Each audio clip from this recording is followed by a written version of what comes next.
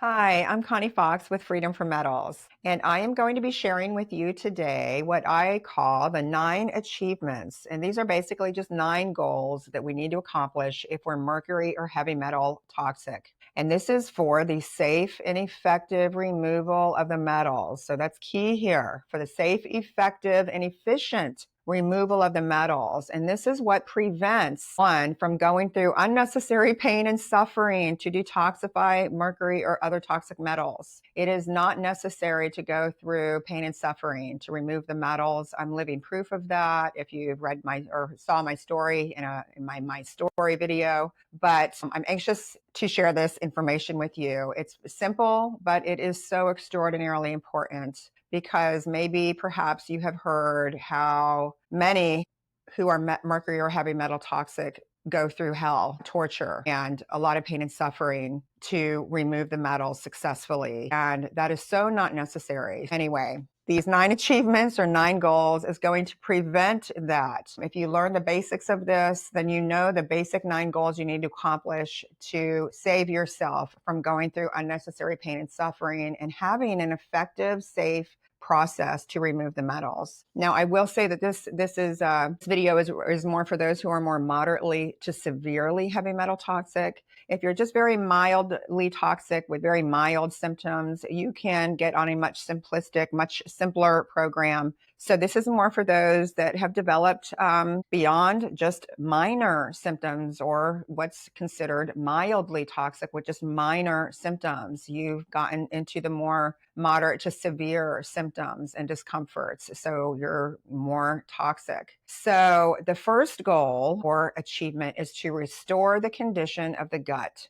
This is really going to be the longest one for me to explain, but it is always the first step for all of my clients. And I learned that we have to restore the condition of the gut first to a certain degree before we can accomplish actually the following 8 goals. So they're actually in a specific order for a very good reason. You can't accomplish the other goals without accomplishing the first one here. So it goes very systematic like that. So the first one is to restore the condition of the gut, and that includes mast cell activation syndrome or quote gut inflammation or leaky gut conditions where the gut linings become permeable, thinned and weakened and quote permeable, where we have our waste literally passing through our gut lining, going into the bloodstream, recirculating, and going all over the body systemically and repoisoning us with undigested food particles, literally our feces. I know it sounds icky, and metals and microbes and everything else. That happens when we get a leaky gut condition. And even if your gut is not, quote, leaky yet, and it's just inflamed and irritated and compromised,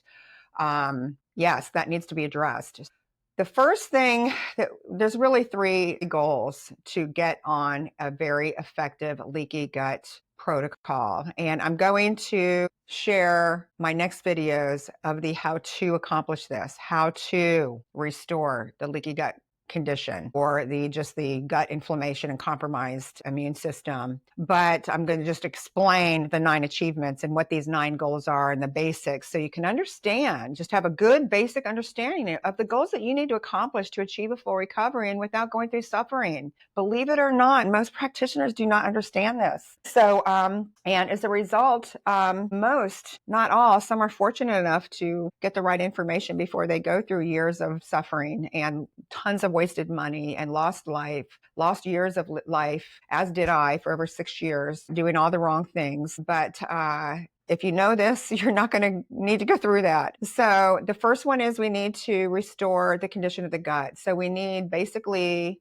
2 goals here. We need to repair and regenerate the gut lining that gets so easily damaged by the metals, and we need to restore the damaged intestinal mucosal layer, that thin mucousy layer that surrounds the entire inner lining of the intestines that gets very easily damaged from metals, chemicals, rounds of antibiotics. So a lot of people just don't understand this. This isn't really taught in medical school, unfortunately. So it's hard to get this information. And there is a catch-22 with the environmentally toxic, whether you're toxic with metals or chemicals, but there is a catch-22 involved here because we are producing a lot of mast cells, M-A-S-T, mast cells, when we're environmentally toxic. When we have toxins in the body, and it doesn't even matter what type of toxins there are, we produce mast cells as really the first line of defense with the immune system. And these mast cells are triggered by toxins in the body. And so they go all over the body systemically where all these toxin particles are, and then they release their contents of histamine and chemicals that cause inflammation.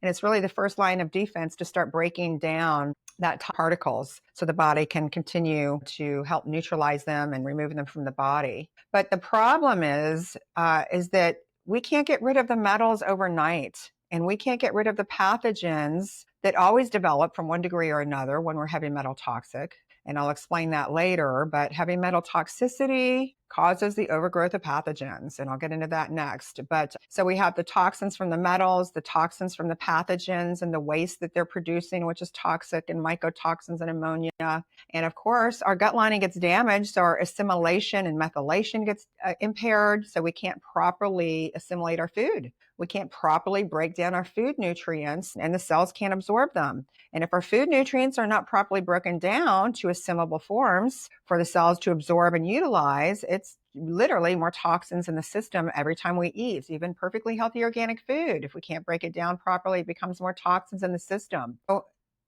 the big problem here is that we get the overproduction of mast cells when we are environmentally toxic from the metals, the microbes, and the undigested food particles. And we can't make those three things perfect overnight. In time, we do. We remove all the metals, we remove and eradicate all the pathogens, excuse me. And we definitely can and do fully repair and regenerate the condition of the gut and improve our assimilation and impaired methylation to a state of perfection again. I'm living proof of that. Is the most severely mercury toxic case that fully recovered with Lyme disease and parasites and many other conditions that the metals caused. So I just want to say that to give you some encouragement and hope that there is a solution for this. And I assure you, the cells are constantly repairing and regenerating as much as they can with what they have to work with. And we're going to give the body what it needs more and more week after week at a pace that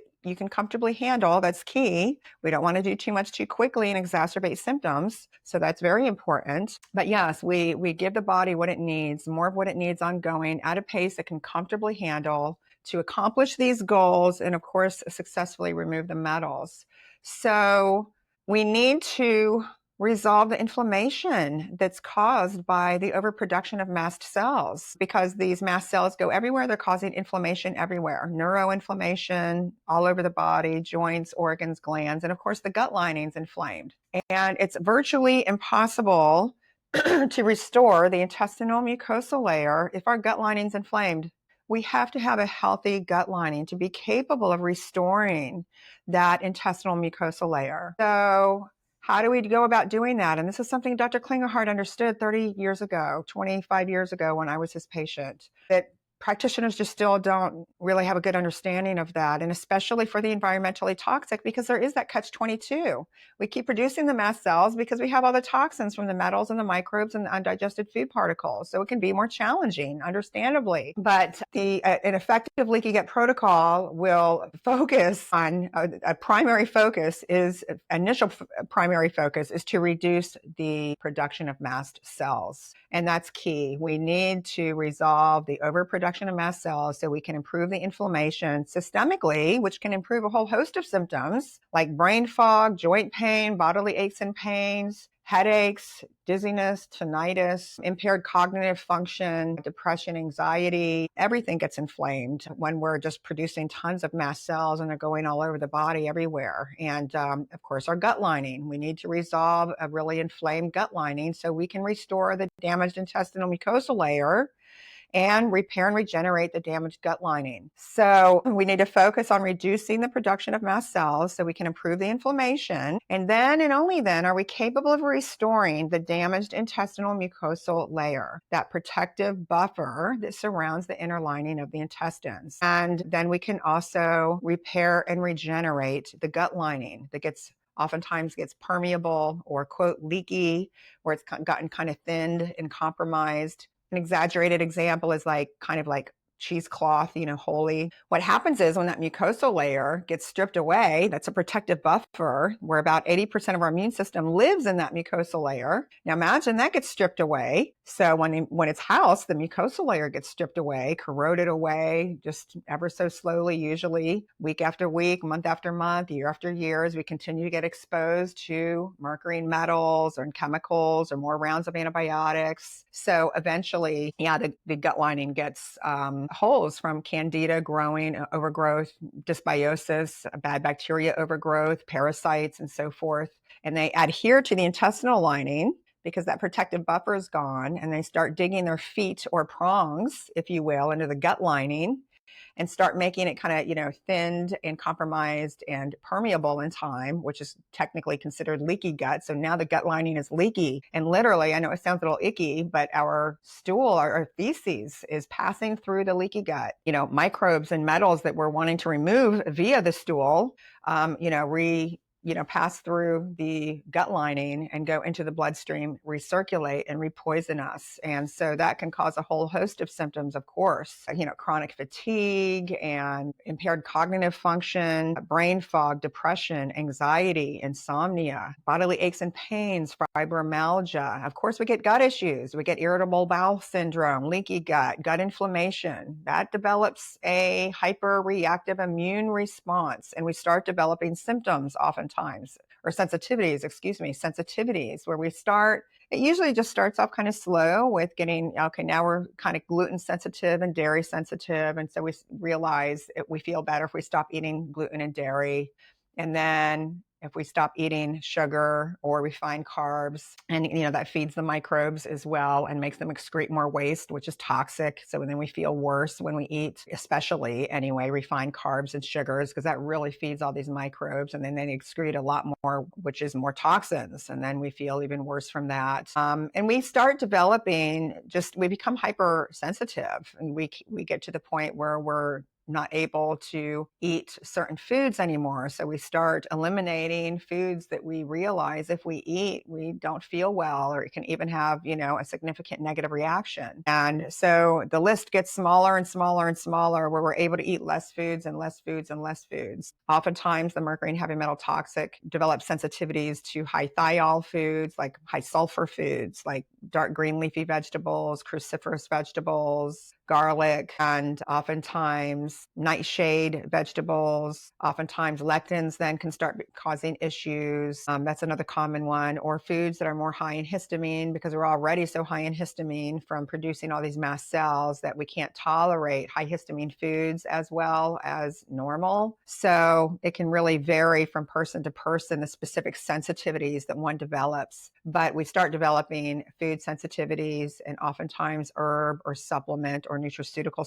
sensitivities. And even just now we can become more sensitive to chemicals, or someone walking by that's, wearing perfume starts to bother us, or using normal toxic household cleaners can start to bother us. We become less tolerant of toxins. We become more acutely sensitive to toxic substances, and even, of course, the metals that's inside our body. I mean, the mercury and metals are poisonous substances. Everybody's sensitive to poisonous substances. That's normal. But we can become even more acutely sensitive to toxins, and it can really get bad, as it was for me. I could eat like 4 foods literally for about 4 years, and I couldn't have one vitamin, one supplement, I couldn't take one herb. Everything that the doctors were recommending I take would cause severe reactions, severe crying spells, severe anxiety, worse anxiety, just sobbing spells, sitting there in a corner just sobbing for hours after eating like dark green leafy vegetables. cells. I didn't understand then, but my methylation was severely impaired. I couldn't properly break down, B vitamins in foods high in B vitamins, and they would cause really, really severe negative reactions. I didn't understand that until years later, until I had gotten in to see Dr. Klinghardt, and he explained that to me. But so of course, we want to avoid the foods that we know cause sensitivities or negative reaction. Sometimes it's a little hard to tell at first unless you're really experienced and have a good understanding of how to kind of determine that, more easily. But the big goal is to reduce the production of mast cells, and that will start to improve the inflammation. Then we can start restoring the intestinal mucosal layer and repairing and regenerating the gut lining. And then we can start rebuilding the immune system. That's the second achievement or second goal. We want to rebuild the immune system, and that's really just done with probiotics and good bacteria. When we are restoring its house, the mucosal layer, then and only then can that good bacteria that we take adhere to it in the mucosal layer, its house, and start growing and colonizing and multiplying, and then rebuilding a really good, strong, resilient immune system. I mean, we can take probiotics if you're not too sensitive and you can tolerate them okay, and they can help a little bit, but we really just poop most of it out until we really start restoring its house, that mucosal layer. So we have to restore that mucosal layer to really be able to rebuild the immune system. And that's the second achievement or the second goal, rebuild the immune system, a good, strong, resilient immune system. And that's done with good bacteria. And we need to get in ample amounts daily. In time, we slowly work up to that as we're able to tolerate more and more. And we get in many different species of good bacteria as well. So that's really important. And believe it or not, you can have the most incredible, strong, resilient immune system at the end of this program. Even if you have severe Crohn's, colitis, or severe parasites, I assure you, the cells repair and regenerate when you know how to give them what they need to facilitate that process more. And of course, remove the pathogens in time, the metals, and then they just repair and regenerate further, and we can have a perfectly healthy gut assimilation, methylation, and our assimilation gets wonderful. The food sensitivities go away. All other sensitivities, even if it's multiple chemical sensitivity in time, they just dissipate away. It's like clockwork. It is literally like clockwork. So when you know how to really repair the condition of the gut, all these things start to dissipate away in time and you become less reactive. And then you're able to tolerate the rest of the program and accomplish the rest of the goals that you need to accomplish to achieve a full recovery. So the first one is resolve the condition of the gut. Second goal is to redevelop a strong immune system. That's done with the good bacteria, as I just mentioned. The third achievement or third goal is that we need to replenish cellular hydration. That's a big issue for the metal toxic. And when we're metal toxic, our tissue is acidic. It's toxic. Toxins cause acidosis, and overly acidic tissue, urine, and that causes muscle tightness, muscle pain, nerve pain, bodily aches and pains, joint pain, and a whole host of symptoms. I mean, when we're overly acidic, we're just tight, restricted, constricted. Our muscles don't relax. Our body's not as relaxed. Our joints aren't as flexible. Sometimes that can be, happen out of the clear blue. You're not really sure why. So we want to improve cellular hydration. And when we are toxic, we're acidic, we get dry. And that's an issue. We need to have good hydration in the cells to be able to expel intracellular toxins efficiently. So we also need to have good cellular hydration to absorb the blood efficiently. Klinghardt actually gave me this example. He gives great examples and just make it easy to understand. But the cells are kind of like a jellyfish where they kind of slowly expand and contract and expand and contract and expand and contract. And then they absorb the blood and the oxygen and water and nutrients in the blood, and then they purge out waste products and intracellular toxins, stored metals and other toxins that are stored or accumulated in the cells. When we have literally dried up cells that don't expand and contract well, one, we're just challenged not getting the proper water, oxygen, and nutrients, the blood deep to the core of the cells well, and we can't really expel intracellular toxins well. We simply can't detoxify efficiently if we have cellular dehydration. So we focus on improving the cellular hydration. That's key. That's very important. That can start helping us feel better and making the next goals able to be accomplished. So I won't make this video too lengthy, so I'll end it here. And my next video is going to share the next 3 achievements or 3 goals that we need to accomplish for the safe, effective removal of the metals, particularly for the more moderately to severely mercury and heavy metal toxic. So I look forward to doing that next here. All right, thank you.